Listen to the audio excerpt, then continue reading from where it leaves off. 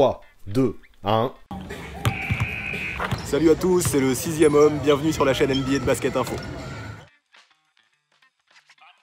Oui, on sait, tu vas dire merci aux tipeurs. Évidemment, comment faire autrement vu que grâce à eux, la chaîne a de beaux jours devant elle, que ça me soutient énormément et que ça me permet de rien lâcher. Je ne peux pas me passer de Tipeee, alors merci, on est ensemble la team. Mais trêve de simagrée, aujourd'hui on va parler d'actu un peu, avec un nouveau Coast to Coast. Il y a quelques jours, Daryl Morey, ancien GM des Rockets, a été promu président des opérations basket à Philadelphie. Il faut dire aussi que Elton Brand, depuis au moins 2 saisons, n'était pas vraiment ultra convaincant au poste de general manager. Ouais, l'ancien ailier fort a sûrement tout voulu trop vite, a pris quelques décisions regrettables, et depuis c'est toute l'équipe de Philadelphie qui semble avoir régressé. En parallèle, l'arrivée de Morey pose question. Sa philosophie est bien connue, c'est celle de shooter des 3 points à outrance. Autant être honnête, l'effectif de Philadelphie actuellement ne correspond absolument pas à cette idée de jeu. Mais bref, tout ça on l'approfondira dans la vidéo, et avant tout je présenterai le profil du nouveau dirigeant. Oui, ce GM têtu que personne n'a semblé jamais pouvoir stopper lorsqu'il s'agissait de faire des trades dans tous les sens pour obtenir un effectif qui lui correspondait. Le mec, il est comme ça, c'est pas un rigolo. Ah oui, ça risque donc de péter fort à Philly. À première vue, c'est bien ce qu'on pourrait penser, mais c'est pas forcément ce qui est ressorti dans la conférence de presse qui a eu lieu cette semaine. Alors Daryl Morey va-t-il littéralement faire exploser ce roster des Sixers? C'est parti, go en mode coast to coast pour répondre à cette question.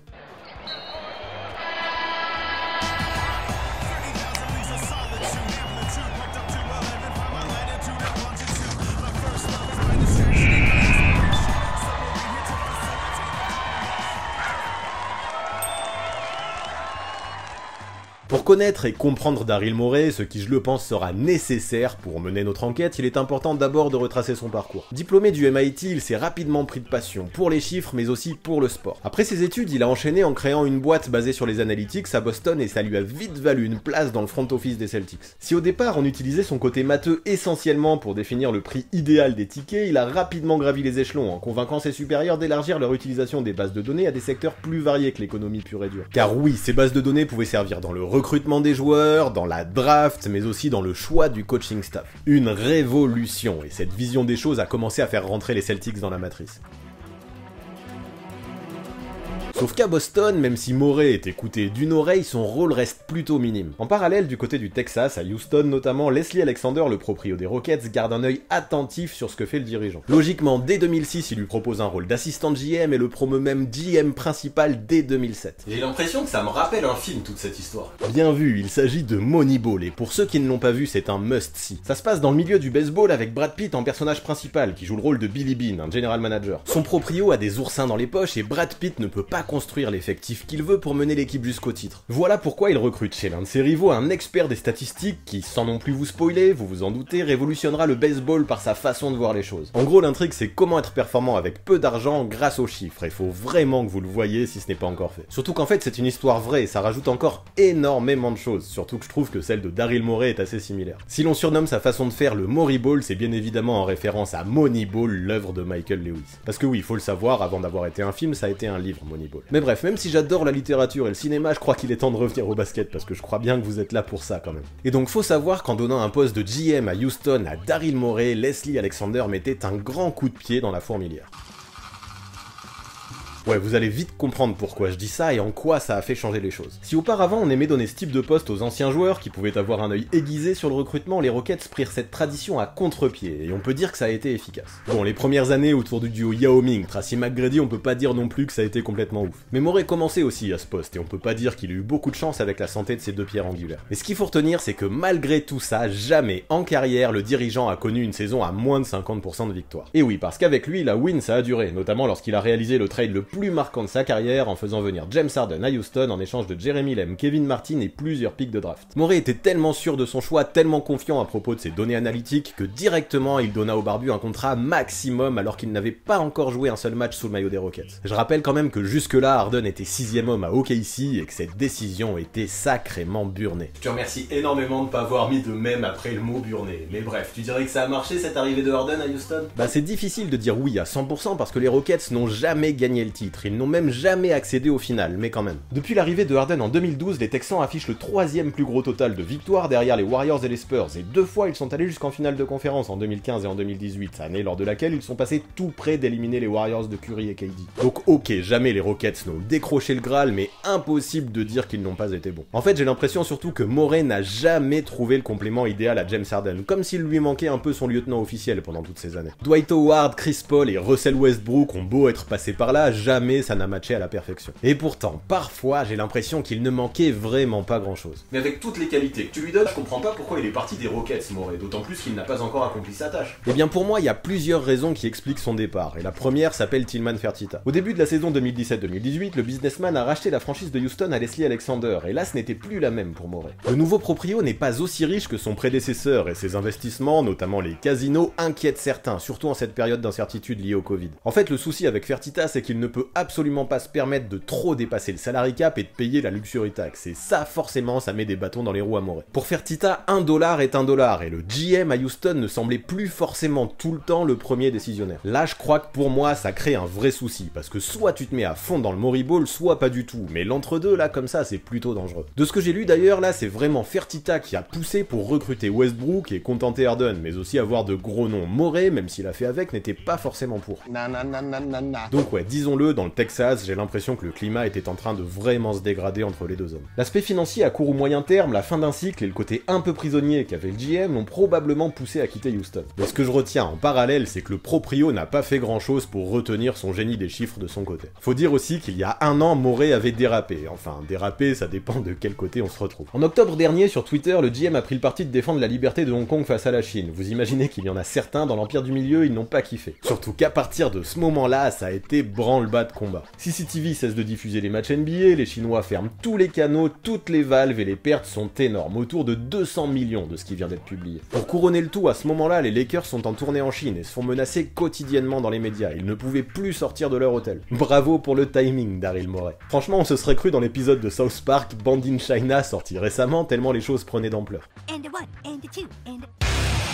Du coup, on peut l'imaginer, Morey s'est fait taper sur les doigts par les Rockets, mais aussi par la NBA via Adam Silver. Vu la polémique créée, qui en plus provenait de l'ancienne équipe du dieu vivant en Chine, Yao Ming, je comprends que Fertitta n'ait pas trop voulu insister pour son GM, ça la foutait mal. De toute façon, j'ai l'impression que le proprio en ce moment privilégie plutôt son fric, son image de marque et ses investissements plutôt que la balle orange. Dans une atmosphère comme ça, Houston ne ressemblait plus du tout au lieu idéal pour Daryl Morey. D'accord, de Boston à Houston à Philadelphie maintenant, j'arrive à voir le parcours, mais t'arrêtes pas de dire qu'il est révolutionnaire. Est-ce que tu pourrais développer ça un peu? Oui, bien sûr, et pour moi, il y a clairement deux axes principaux qu'il faut prendre en compte. Le premier concerne le jeu pur et dur, où Morey a vraiment été précurseur dans la construction de son roster vu ce qu'il arrivait à créer sur le terrain. Encore une fois, tout ça me fait vraiment penser à l'histoire de Billy Beane dans Moneyball. Et oui, à une époque où les analytics et les stats avancées n'étaient pas vraiment à la mode, Morey, lui, a sauté les deux pieds dedans. Ensuite, une fois qu'il a obtenu sa muse avec James Harden, il a fait son truc, a insisté dessus, quitte à mourir avec ses idées. Pourtant, son mode de pensée aujourd'hui, il paraît simple, voire simpliste, mais c'était pas le cas il y a 15 ans, dites-vous. Pourtant, sa philosophie paraît logique, vu que Harden assure en pénétration et dans la provocation de faute, il faut au maximum lui écarter le jeu pour lui libérer la raquette. Du coup, fini les shoots à mi-distance, toute l'attaque des Rockets se joue dans la peinture ou au périmètre. Puis y a pas besoin d'être un grand matheux non plus pour comprendre qu'un shoot à 3 points est bien plus efficace qu'un long tout pris à 6 mètres. Thanks, Captain Obvious. Sauf que je le répète, même si ça paraît évident aujourd'hui, ce n'était pas le cas avant, à une époque où on adorait les shoots à mi-distance. Morey là-dessus fut vraiment précurseur. Oui, désormais, la notion de spacing est essentielle dans toutes les teams et les mid-range jumpers disparaissent peu à peu. Et même si pour ceux qui ont commencé à suivre la NBA il y a peu de temps, ça peut paraître fou tout ça, dites-vous bien que c'est assez nouveau. Au début des années 2000, mis à part aux Suns peut-être, si tu prenais un shoot à 3 points en première intention ou en début de possession, t'étais considéré comme un croqueur, un forceur. Maintenant, si en tant que prospect tu ne sais pas prendre des pull-ups de ce genre, c'est limite considéré comme un défaut. C'est fou cette évolution. Puis vu qu'on parle de Morey, je vais illustrer ça avec des stats d'ailleurs. Quand on voit par exemple qu'aujourd'hui Trae Young prend autant de tirs à 3 points que tout l'effectif du Magic 2006 réuni en moyenne, ça veut limite tout dire. Avant on kiffait le shoot à mi-distance, aujourd'hui avec l'émergence des stats avancées et ce que ça a révélé, c'est fini. Morey a poussé cette philosophie ad nauseam et depuis 2 ans les Rockets prennent même davantage de triples que de 2 points. Mais ils ne sont pas les seuls, une grande majorité des équipes de la ligue vont dans le même sens désormais. Ok, donc si je comprends bien, Morey est l'un des grands responsables du nombre de tirs à 3 points qui est pris aujourd'hui, mais justement ça va pas créer un problème ça à Philadelphie vu l'effectif? Ça on se penchera dessus avec plus de précision plus tard, laisse-moi finir sur le profil de Morey d'abord, histoire de tout comprendre et de tout maîtriser. En vrai, ce que je retiendrai et ce qui est important de savoir, c'est qu'avec Harden, Morey a tout fait pour qu'il soit toujours dans les meilleures conditions possibles. On parlait de Westbrook tout à l'heure, qui visiblement n'était pas son choix. D'ailleurs, il ne correspond pas trop avec le type de joueur que kiffe Morey habituellement. Mais ça ne l'a pas empêché de faire son maximum autour de ce qu'il avait. Si avec Harden et Russ, on a deux joueurs qui sont majoritairement efficaces en scorant dans la peinture, ça veut dire qu'il faut créer encore plus d'espace. Du coup, bye bye Capella, qui attirait beaucoup trop les gens dans la raquette, et bonjour le small ball avec des gars qui peuvent briller en vivant essentiellement au périmètre. Bien sûr, face à la polyvalence intérieure des Lakers notamment, ça a montré ses limites, mais finalement, est-ce que c'était pas la meilleure façon de jouer autour de ces deux gars? Oui ou non, peu importe, en tout cas, c'est ce que Morey a pensé, et là-dessus, il a joué sa carte à fond, jusqu'au bout. Donc là, c'est bon, je pense que vous l'avez compris le premier axe, qui montre à quel point ces chiffres et ces recrutements ont une influence directe sur le jeu. Mais le deuxième axe est peut-être encore plus primordial pour moi, vu qu'il concerne la façon de recruter de Daryl Morey. Puis recruter, c'est ce qu'on demande en priorité à un GM. Dans le bouquin de Undoing Project, écrit par Michael Lewis encore, qui avait déjà écrit Moneyball, je le rappelle, l'auteur cette fois-ci a pris Morey comme personnage principal. L'objectif montrait qu'il y avait deux façons de recruter, l'ancienne, liée à l'instinct, et la nouvelle, liée aux chiffres. Et là, les choses paraissent limpides. Morey, toute sa carrière, a fait son maximum pour limiter tout ce qui était lié à l'instinct. Pour la draft notamment, sa façon de faire est folle, elle l'était encore plus dans les années 2000. Ouais, Morey possède une base de données monstrueuse, mais surtout évolutive. Pour lui, pas de ressenti, tout se joue avec les chiffres, car ouais, eux ne mentent pas, ils permettent de faire ressortir des faits concrets grâce à un modèle construit le plus précisément possible. Si Morey se plante au final, ce n'est pas parce que les chiffres se trompent, mais c'est parce qu'il y a une faille dans le modèle que lui-même a construit. Du coup, il y réfléchira, il le retravaillera en fonction, et c'est bien pour ça que je dis que son système est évolutif, c'est du génie. Morey veut retirer toute la part d'émotion du cerveau humain qui influencera quelqu'un à prendre telle ou telle décision. Parce que ouais, c'est très bien expliqué dans Moneyball encore, le cerveau humain, il en subit des tas d'influences comme ça. L'âge, le physique, la gestuelle ou encore l'attitude d'un joueur peuvent clairement être trompeuses aux yeux des gens et les pousser à prendre des directions suspectes. C'est ce qui fait que certains gars sont surcotés et d'autres sous-cotés. Et vous l'imaginez, ce sont bien ces joueurs sous-cotés que Morey vise constamment, dans cette mentalité toujours stable, sell high, buy low. Ouais, pour les non-anglophones, il s'agit juste de se séparer d'un gars lorsque sa valeur est au top pour en récupérer un en échange dont la valeur jusque-là est passée plutôt inaperçue et donc plutôt basse. Les choses construites et mises en place pour en arriver jusqu'à James Harden sont l'exemple parfait de cette façon de faire. En gros, au départ, si on résume rapide, Houston a transféré Carl Landry vers les Kings pour obtenir Kevin Martin. Bon, dans l'histoire, il y a T-Mac aussi qui est parti aux Knicks, mais on va pas trop le compter vu que le gars était déjà plutôt cramé. Martin, en tout cas, qui venait d'arriver à Houston, a vite fait une saison à plus de 23 points par match et tout le monde le kiffait. C'est ainsi qu'en 2012, il a suffi de l'accompagner de Jeremy Lamb, tout juste drafté et quelques pics pour récupérer James Harden. Easy, non? Le compte est bon? Ouais, moi-même, je n'en reviens toujours pas. La principale pièce au départ pour obtenir James Harden, ça a été Carl Landry. C'est pas un truc de ouf quand même? Merci les chiffres et les bases de données qui ont permis à Morey de savoir que James Harden pouvait vraiment devenir un franchise player. Petite anecdote que j'aime bien aussi, que j'ai apprise dans le podcast L'écho des parquets il y a quelques semaines. Ouais, ça aussi, je vous le conseille, récemment, ils ont sorti un opus sur Daryl Morey qui approfondit encore plus ce que je dis, avec encore plus d'illustrations et encore plus d'anecdotes. Mais bref, en 2007, avant la draft, lorsqu'ils étudiaient les prospects, les gars de Houston aimaient bien donner des petits surnoms aux gars histoire de mieux se repérer et de mieux se situer. Sauf que, au vu de son surpoids, Marc Gasol a eu le droit à celui de Man Boops, ce qui n'était clairement pas valorisant. Là non plus, je vais pas mettre de même. En tout cas, c'est dommage parce que l'espagnol était très bon. Résultat, au 26e choix, c'est au tour de Houston de drafter et il sélectionne Aaron Brooks. Alors c'était une bonne recrue, hein, mais ça valait pas un Marc Gasol qui lui fut sélectionné plus tard par les Lakers à la 48e place. Croyez-moi, Morey n'a pas aimé quand il a vu ça par la suite et il en a tiré des leçons. Persuadé que le surnom du pivot avait influencé le staff dans la mauvaise direction, au vu des représentations peu glorieuses que ça véhiculait, Morey a totalement interdit par la suite ce genre d'appellation. Ouais, je vous l'ai dit, avec ce gars, on tient à effacer tout ressenti subjectif imaginable. Ouais, en gros, pour la draft, comme partout, il utilise un maximum les chiffres et gomme tout instinct, toute émotion. C'est le seul truc qui le rend vraiment à part? Non, il y a encore quelque chose que je veux rajouter dans ce deuxième axe, dans sa façon de recruter, c'est sa connaissance du CBA. Le CBA, petite parenthèse, pour ceux qui ne savent pas, c'est le règlement de la NBA. Bref, Morey avec son équipe de juristes est du genre à tout étudier jusqu'à la moindre virgule, afin de déceler l'intégralité des failles potentiellement existantes dans ce règlement. Et depuis, bingo, il en a trouvé, et pas qu'une seule. La plus connue fut son offre surnommée la Poison Pill, ou en français la pilule empoisonnée. You take the red pill, you stay in Wonderland.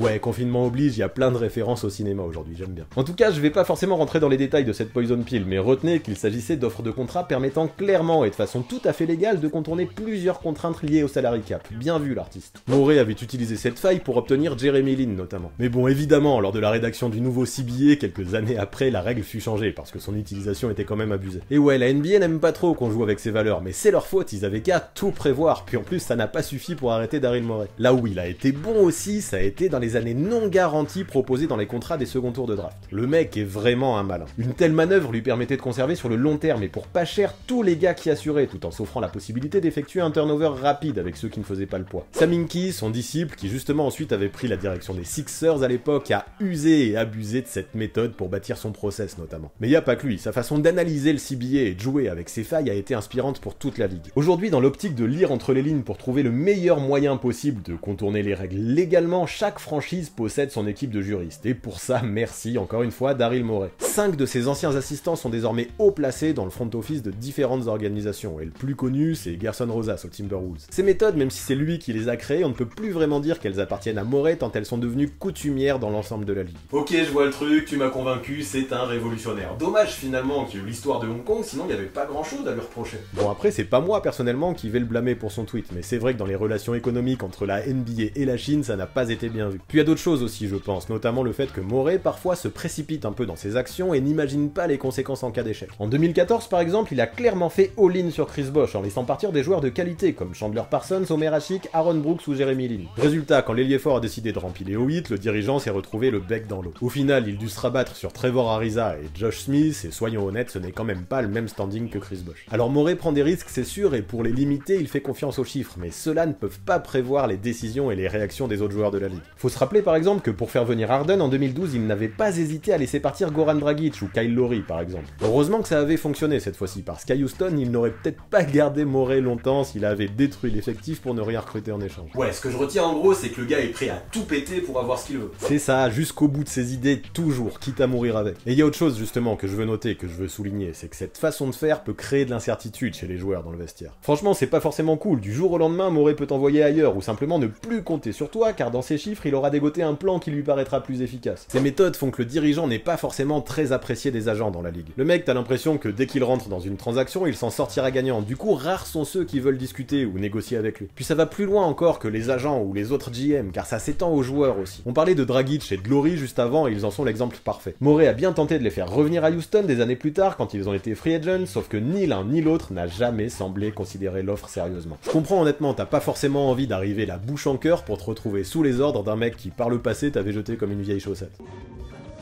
Donc oui, James Harden était clairement la muse de Morey, le mec autour de qui il fallait tout bâtir, tout construire. Par contre, jamais il n'a fait de sentiments avec les autres. Voilà pourquoi Morey peut être plus ou moins boycotté par certaines personnalités de la ligue. Ouais, je vois. En gros, il a de gros points forts, mais il a aussi les inconvénients qui vont avec. Par contre, plus ça va, plus ça avance, et moins je suis rassuré dans l'optique de son arrivée aux Sixers. J'avoue, pour l'instant, ça peut faire flipper, et justement, il est temps d'étudier ça. Par contre, juste avant, je prends une petite gorgée d'eau qui vous laissera pile le temps de vous abonner à la chaîne si ce n'est pas encore fait et d'activer la cloche, c'est super important. C'est bon, oui, donc revenons aux Sixers. Déjà, je veux mettre le doigt sur quelque chose qui fait beaucoup parler, le soi-disant souci de la paire Simmons-Embiid. Je vais peut-être jeter un pavé dans la mare, mais pour moi, ce souci, il n'existe pas, ou il existe peu. Rares sont ceux qui s'en rappellent, mais en 2018, avant même l'arrivée de Jimmy Butler, les Sixers, autour de Simmons, Redick, Covington, Saric et Embiid, possédaient l'un des 5 de départ les plus efficaces de toute la ligue, et ceux des deux côtés du terrain. Le vrai problème, c'est qu'ensuite, Elton Brand a tenté des trucs, trop de trucs, voulant sûrement gagner trop vite et agissant beaucoup plus à l'instinct qu'avec les chiffres. Si faire venir Butler et Harris était un pari qui valait le coup d'être tenté et laisser partir Redick, le sniper officiel, pour faire venir Horford, qui a surtout été utilisé comme floor spacer, avait beaucoup moins de sens. Là, pour moi, lors de la saison qui vient de s'écouler, la pauvreté du jeu des Sixers ne provenait pas du duo Simmons-Embiid, mais clairement de ce qu'il y avait autour. Ça peut paraître bateau de dire ça, ou encore une fois très simpliste, mais c'est tellement vrai. Quand t'as des mecs comme Ben Simmons et Joel Embiid dans ta team sans un minimum de spacing, sans ouvrir un minimum la raquette, tu te tires une balle dans le pied.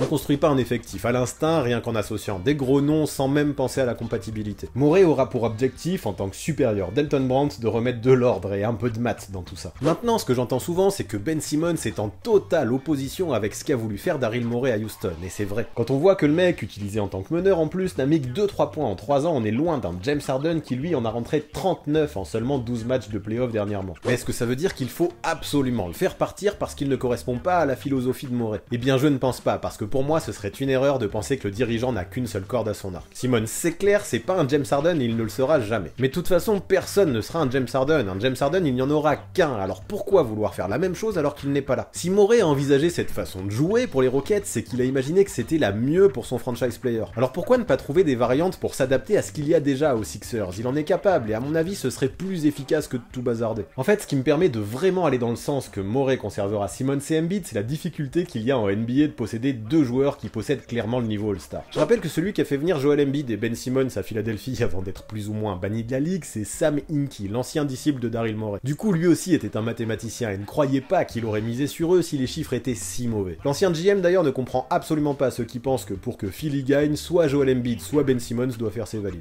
Mon dieu, mais les gens oublient tout ce qu'il a fallu pour les avoir. Faire venir une star, ce n'est pas mission impossible, mais pas loin. Cela demande soit énormément de chance, soit énormément de temps, soit de développer sa propre manière de faire. Prenons Joel par exemple. Quel âge a-t-il? 26 ans? Vous avez un joueur qui rentre, au sens traditionnel du terme, dans son prime, et vous dites que les Sixers doivent le faire partir. Non, si vous voulez gagner, il faut avant toute chose disposer d'excellents joueurs, et Joel en est un. Si ces joueurs ne bougent pas beaucoup, ce n'est pas par hasard, c'est juste que les équipes, à juste titre, ne les laissent pas partir comme ça. Là-dessus, Hinkie semble avoir raison, difficile d'imaginer que les Sixers seraient gagnants dans un trade immédiat de Joel Embiid ou de Ben Simmons. Il faut donc capitaliser au maximum sur ces deux stars, et pour ça il faudra sûrement commencer par réélaborer tout ce qu'il y a autour. À mon sens, à part le duo Ben-Joel, personne n'est intouchable aux 76ers, à part peut-être Tobias Harris, et encore. Ouais, si je dis ça, c'est que Morey a toujours pris l'habitude de discuter avec ses coachs avant de faire un trade, et Doc Rivers dernièrement n'a pas caché la joie qu'il avait de retrouver Toby. Vu qu'en plus son contrat sera difficile à bouger, il y a peut-être moyen de l'imaginer rester. En tout cas, imaginez-vous bien que tout le monde communiquera et discutera autour de tout ça. Doc et moi parlons beaucoup, et on se rend compte que plus nous creusons à propos des joueurs qui sont présents ici, et plus nous sommes enthousiastes. La façon de jouer appartiendra à Doc, et l'une des raisons pour lesquelles je suis heureux d'être ici, c'est de pouvoir travailler avec un coach titré, comme lui. Je pense que, et je sais qu'il est d'accord avec moi, le meilleur chemin pour gagner un titre est de trouver le meilleur moyen possible d'utiliser vos talents. Donc voilà, pour ce qui est de Tobias Harris, ou des joueurs auxquels Doc tiendra vraiment, ça pourrait rester à Philadelphie. Par contre, pour le reste, non seulement ça pourrait partir, par contre, je pense aussi que Morey pourrait vraiment pousser fort pour que ça ait lieu. Horford, par exemple, au vu de l'incompatibilité flagrante qu'il a montré avec Simmons